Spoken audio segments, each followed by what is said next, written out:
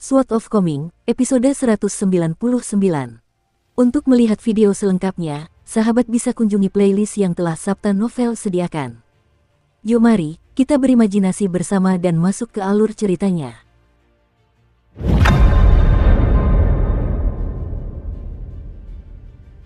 Beberapa peristiwa penting terjadi di benua Vial Berharga Timur setelah Tahun Baru. Pertama-tama, berkat rekomendasi kuat dari kakak seniornya, Dewa Langit Qi Zhen, pendeta Tao muda dengan status yang sangat senior di Sekte Dekrit Ilahi diundang ke sekte yang mengendalikan Sekte Dekrit Ilahi. Ini adalah sekte Taois besar di benua ilahi Bumi Tengah. Ia menjadi guru spiritual pemeliharaan kitab suci yang baru diangkat di sekte tersebut, dan bertanggung jawab untuk memelihara karya Taois yang sangat berharga dan mendalam, kitab suci Dongsuan. Catatan, Dongsuan merujuk pada kategori kitab suci Tao. Kita lanjut ke alur ceritanya. Kitab suci ini secara luas dianggap sebagai garis besar fundamental Taoisme. Berita ini sama besarnya dengan berita tentang Qi Zhen dari Sekte Dekrit Ilahi yang dianugerahi gelar Dewa Surgawi. Kedua, Gunung Bela Diri Sejati, salah satu kuil leluhur kaum militarian, merekrut murid baru tahun lalu yang naik 3 tingkat dalam 1 tahun. Gunung Bela Diri Sejati awalnya memiliki kehadiran dan reputasi yang sedikit lebih kecil daripada kuil angin dan salju, tetapi kabar tentang murid baru mereka yang luar biasa ini membuat reputasi mereka meroket. Faktanya, mereka menunjukkan tanda-tanda akan menyalip kuil angin salju. Terlebih lagi, perlu disadari bahwa ini mengingat Wei Jin dari kuil angin salju baru saja naik menjadi pendekar pedang abadi. Sungguh, ini membuktikan betapa berbakatnya pemuda itu. Ketiga, beredar rumor bahwa orang-orang barbar utara di Kekaisaran Li Agung telah menjadi gila dan ingin meninggikan beberapa gunung di selatan dan menjadikannya gunung utara baru mereka. Hal ini langsung memicu keributan dan diskusi yang meluas, dengan mayoritas orang meremehkan dan mencemooh tindakan Kekaisaran Li Agung. Mereka mencemooh klan Song yang berpengetahuan dangkal dan bahkan tidak bisa membedakan utara dari selatan. Hanya Akademi Lakeview yang secara tegas melarang siswanya membahas hal ini. Hal ini patut direnungkan. Hal-hal lain tidak semenakjubkan ketiga hal ini, dan banyak di antaranya hanyalah rumor yang semakin tidak akurat seiring penyebarannya. Oleh karena itu, sulit untuk memastikan kebenarannya. Misalnya, beredar rumor bahwa di kota paling selatan benua ini, kota Nagatua, Tuan Muda Funan Hua akan menikahi seorang keturunan langsung dari suatu klan kuat di negara aliran selatan. Klan asal wanita itu adalah salah satu klan terkuat dan berpengaruh di benua botol harta karun timur. Namun, konon wanita itu sangat jelek dan usianya sudah lebih dari 30 tahun. Misalnya, konon negara Sui Agung sedang dilanda kerusuhan. Banyak kultivator kuat diam-diam meninggalkan kekaisaran dan memilih untuk berkelana ke selatan. Konon, mereka melarikan diri dari ibu kota Giok Putih Kekaisaran Li Agung yang tampak asli namun palsu. Adapun Mountain Cliff Academy yang telah kehilangan gelarnya sebagai salah satu dari 72 akademi Konfusianisme dan menetap di ibu kota negara Sui besar tahun lalu, ini tidak dapat dianggap sebagai berita besar. Beberapa waktu lalu, negara Sui Agung juga mengumumkan bahwa mereka kini memiliki seorang ahli bela diri tingkat 10 yang luar biasa kuat. Namun, semua orang di wilayah selatan benua botol harta karun timur menganggap ini tak lebih dari kebohongan menyedihkan dan teknik pengalihan perhatian dari klan Gao Kekaisaran negara Sui Agung. Festival Lentera baru saja berlalu, tetapi begitu banyak peristiwa penting telah terjadi di benua botol berharga timur. Benua ini tampaknya belum pernah sesibuk dan semeriah ini sebelumnya.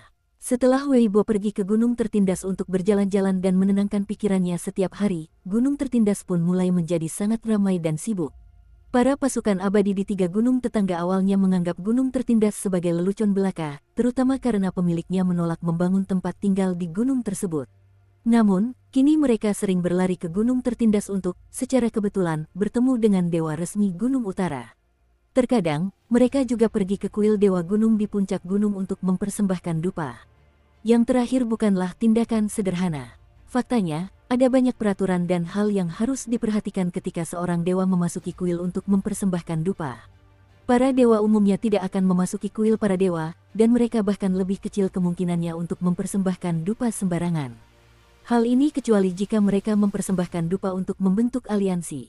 Misalnya, seorang dewa abadi hanya akan mempersembahkan dupa di kuil Dewa Gunung jika ia bertempat tinggal di gunung dan istana kekaisaran mengangkat dewa baru ke gunung tersebut.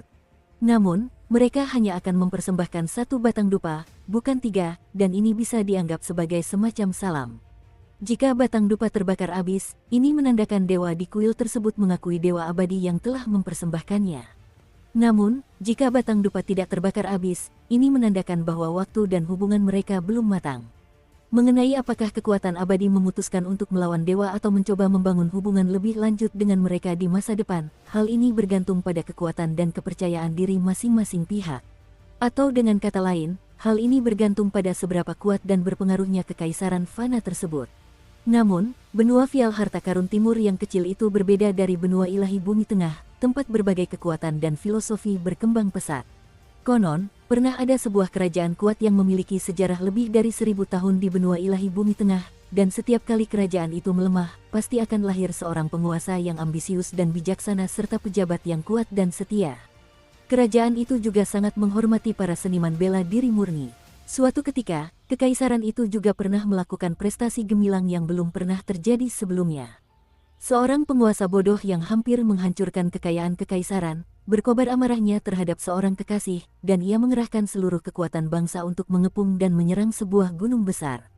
Selain harta abadi dari para penyuling ki dan pedang terbang dari para kultivator pedang, terdapat pula busur silang kuat yang tak terhitung jumlahnya dari para seniman bela diri murni serta 6.000 trebucet yang diukir dengan jimat Tao. Tak hanya itu, terdapat pula hampir 10.000 busur silang raksasa yang khusus dibuat oleh para mekanik dari Sekte Mohis. Sang penguasa telah mengerahkan seluruh senjata di negaranya, dan setiap baut busur silang setebal pilar istana. Pada akhirnya, gunung besar itu telah berubah menjadi seekor ekidna raksasa. Kota kecil di prefektur Longkuan masih semarak seperti biasanya, namun pegunungan di sebelah baratnya tampak sangat tenang dan damai selama 2 hari terakhir. Belum lagi kekuatan abadi eksternal yang telah menetap di sana, bahkan iblis dan roh yang tak terkendali pun tak berani berbuat jahat atau melakukan hal yang tidak biasa. Ini karena Cui Chan, guru kekaisaran Li Agung, mulai berpatroli di pegunungan. Menurut rumor, ini adalah pertama kalinya lelaki tua berjubah Konfusianisme mengunjungi prefektur Longkuan. Ia tampak berwibawa dan serius, dan hanya membawa 2 bawahan saat berjalan dari utara ke selatan. Ia memasuki pegunungan dari kantor prefektur yang terletak di utara kota kecil itu.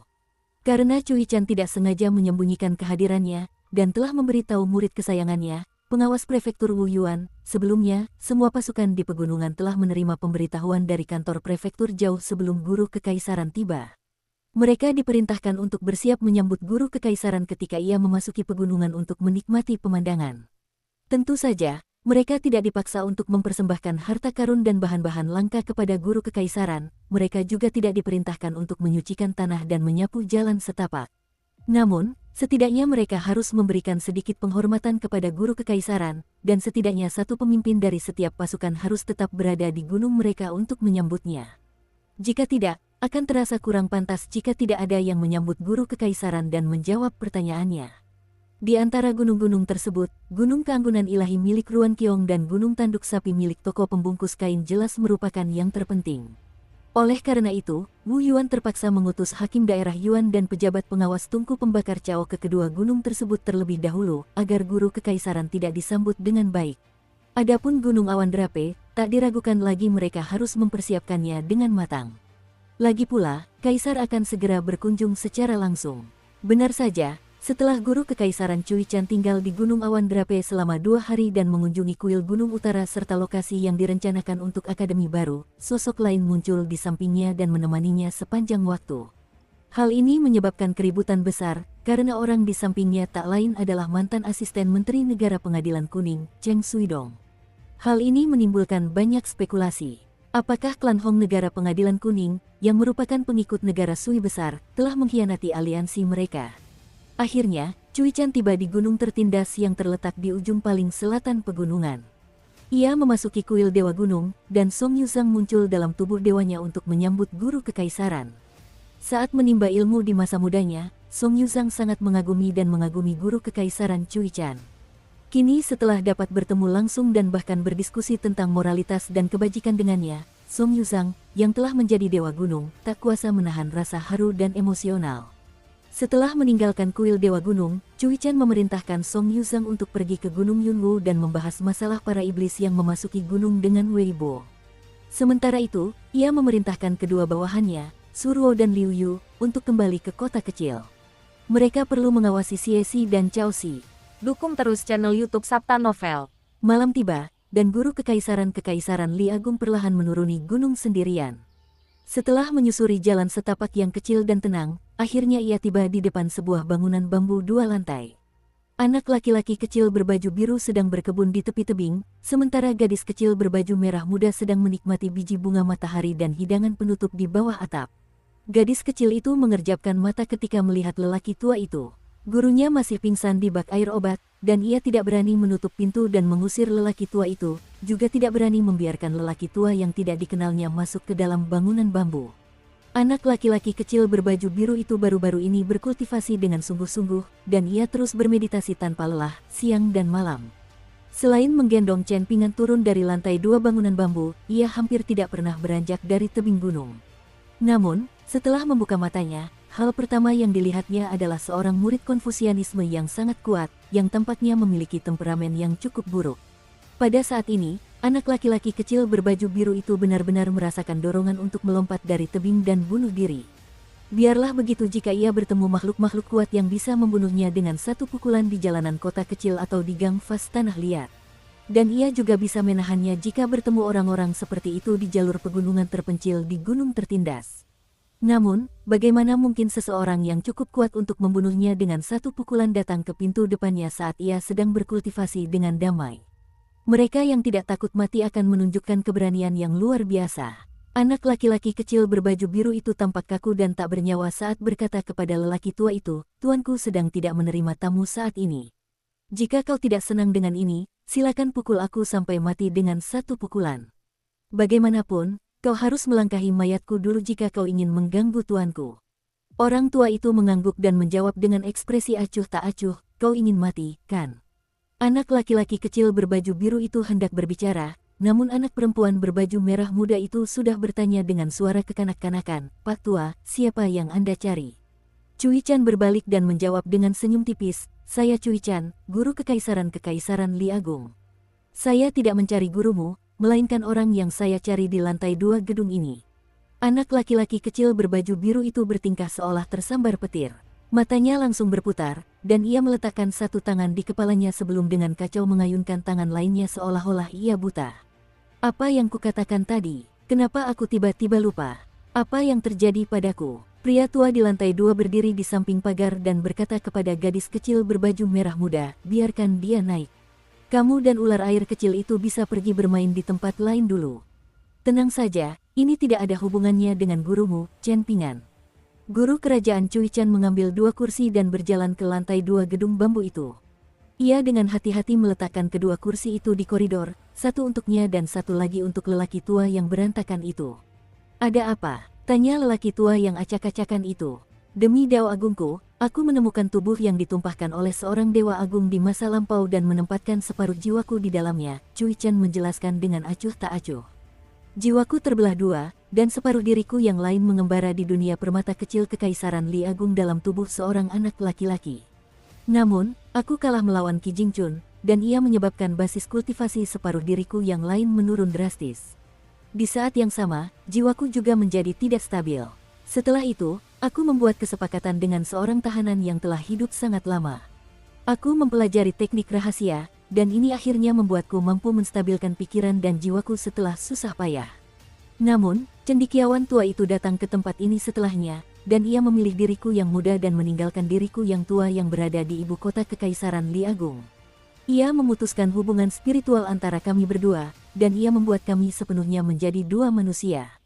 Dan dengan demikian, kini ada 2 Cui Chan di dunia." Ekspresi dingin terpancar di wajah lelaki tua yang berantakan itu, tangannya terkepal erat saat bertumpu di lutut. Ia menatap ke kejauhan dan berkata, "Kau salah, itu Cui Chan Chan." Ekspresi Cui Chan tetap tidak berubah, dan dia menjawab, "Aku Cui Chan, dan ini telah terjadi sejak aku meninggalkan kampung halaman kita." Adapun anak laki-laki muda yang memiliki separuh jiwaku yang lain, dia memilih nama baru yang berhubungan dengan gunung, Cui Dongshan. Namun, aku merasa memanggilnya Cui Chan akan lebih baik. Cui Chan dan Cui Chan, 2 gunung dan sungai tidak terpisah, dan gunung dan sungai pada akhirnya akan bersatu kembali. Ini pertanda yang cukup baik. Catatan, nama Cui Chan saat ini adalah Cui Chan, dengan Cui Cui sebagai nama marga dan Chan Chan yang berarti suara air mengalir. Di sini, ia menyarankan penggunaan huruf Chan juga diucapkan Chan yang berarti gunung tinggi sebagai nama untuk Cui Chan muda. Ini juga merupakan plesetan dari nama lamanya Cui Chan-chan, Cui Chan-chan. Kita lanjut ke alur ceritanya. Bagaimana kamu bisa menjadi begitu tua? Tanya lelaki tua yang tampak acak-acakan itu sambil menoleh. Cui Chan tersenyum merendahkan diri dan menjawab, saya meninggalkan rumah saat berusia 20 tahun, dan berkelana ke benua ilahi Middle Earth saat berusia 24 tahun. Setelah itu, saya mengalami berbagai suka duka selama kurang lebih 100 tahun. Setelah mengkhianati guru saya berkelana dan menjelajahi dunia selama kurang lebih 30 tahun. Setelah kembali ke benua Vial berharga timur, saya juga tinggal di Kekaisaran Li Agung selama bertahun-tahun. Usia saya sudah lebih dari 200 tahun, jadi saya bukan anak muda lagi. Lelaki tua yang acak-acakan itu menggelengkan kepalanya dan berkata, ini bukan Chan-chan yang kuingat. Cui Chan tersenyum dan menjawab dengan nada acuh tak acuh, kakek, tahukah kau? Kakek selalu seperti ini, dan kakek selalu melakukan segala sesuatu dengan cara yang kakek rasa benar. Seolah-olah semua orang di dunia dan semua prinsip antara langit dan bumi harus berputar di sekitar kakek. Nyatanya, keadaan seperti ini baru berakhir setelah kakek menjadi gila. Meskipun aku tidak tahu alasan dan kemalangan di balik ini, dan meskipun aku tidak tahu mengapa klan Cui tidak mengurung kakek, aku yakin kunjungan kakek hari ini tidak akan menguntungkan kita berdua. Lelaki tua yang acak-acakan itu menggelengkan kepalanya lagi dan mengungkapkan, aku datang ke sini untuk mencari gurumu. Sarjana tua itu, Cui Chan mencibir. Dia sudah lama meninggalkan benua botol harta karun timur, lalu pergi ke benua pusaran selatan dan menyebabkan keributan besar di sana. Bahkan, salah satu matahari di pundak kepala keluarga klan Yingyin Chen dicuri oleh cendekiawan tua itu. Seluruh dunia sedang membicarakan hal ini dengan takjub dan antusias, tetapi dia tidak peduli lagi. Dia bersikap sesantai mungkin. Pria tua yang berantakan itu terkekeh dan berkata, Chan-chan tidak akan pernah berbicara seperti ini ketika dia masih kecil. Dia akan mengatakan hal-hal buruk tentang orang lain, tetapi dia selalu menambahkan komentar lain di akhir. Misalnya, orang ini sangat baik kepada keluarganya, atau orang ini benar-benar pandai dalam puisi. Namun, cukup, sela Cui Chan dengan dengusan dingin. Ini semua hal basi dari masa lalu, dan mengungkitnya terus-menerus hanya akan memenuhi udara dengan debu. Pria tua yang berantakan itu tertawa terbahak-bahak, seperti yang diharapkan dari seorang pria perkasa yang telah menjadi guru kekaisaran Li Agung dan mampu menentukan arah masa depan separuh benua. Cui Chan mendesah sebagai jawaban. Pantas saja aku tak mengenalimu saat itu, kata lelaki tua yang acak-acakan itu dengan nada merendahkan diri. Chan-chan yang kuingat jauh berbeda dari dirimu yang sekarang. Cui Chan berdiri dan meletakkan tangannya di pagar. Hati manusia itu seperti air. Kalau tidak bergerak, ia akan menjadi genangan air yang stagnan. Pria tua yang berantakan itu perlahan berdiri dan berkata, aku tahu selain pendekar pedang yang menemanimu, masih ada 2 orang kuat lainnya di kota kecil ini. Apa? Mereka di sini untuk mengincarmu.